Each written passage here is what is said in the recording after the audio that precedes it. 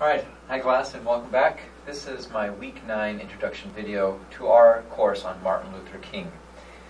In this video I'm giving a short introduction to this week's topic and making a final plug to encourage you to get a jump start on your research project. Alright, so this week, now that we have finished the Martin Luther King autobiography, and as you guys are now hopefully in the midst of your research for your final project. This week I thought we would look after the assassination of Martin Luther King and ask this question about his legacy. What is Martin Luther King's legacy? Who is responsible for his legacy? And I propose the idea that as soon as Martin Luther King died, he lost control over the message of his story. He lost control over the direction of his narrative. The message of his speeches, the meaning of his action, of his decisions, no longer was controlled by Martin Luther King. And so in the 60 years since his assassination, instead of King controlling what his message is, that message has instead moved into the world of academics and journalists and writers, historians, and particularly his family, which has a vested interest, a financial interest, in his legacy. And so this week the question that I'm posing is, what is Martin Luther King's legacy? How has his memory been used? How has he become the face of various organizations? And for what purpose? Do those purposes continue to align with what Martin Luther King's original message was? Or do groups, people use him in ways that he probably, were he alive, would not approve of? And I think this is a really interesting question that we can ask about anyone, really, who is dead.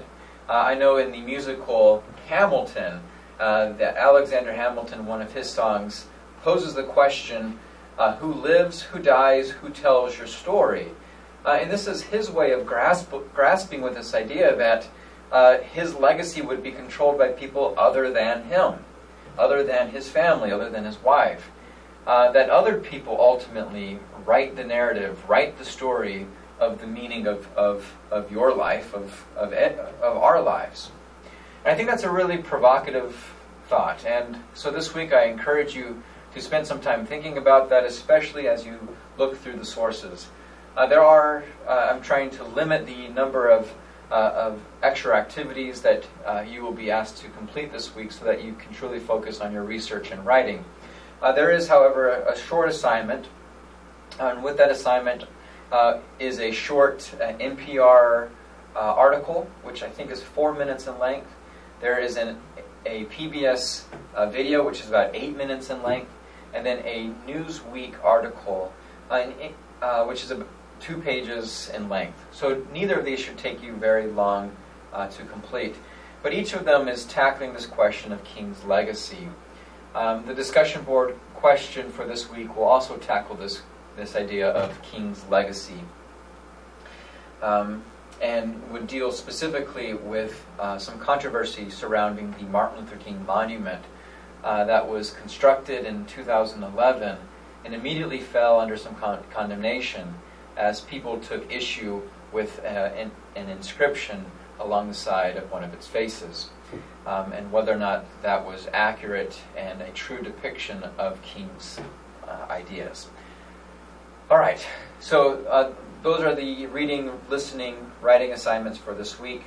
And in addition, I encourage you to continue your work in your research. At this point, your topic should be approved, and you should have received word back from me in question of your sources, whether they are appropriate, acceptable primary and secondary sources, and in some instances, I even gave some suggestions on sources that you may consider using had you not already found them. So again, by design, there are fewer reading and writing assignments this week so that you can spend that little bit of extra time in the library, online, researching and writing your final project. If you have any questions about this week's material, as always, please email me.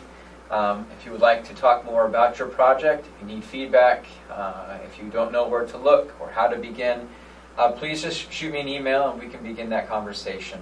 All right, good luck to you this week.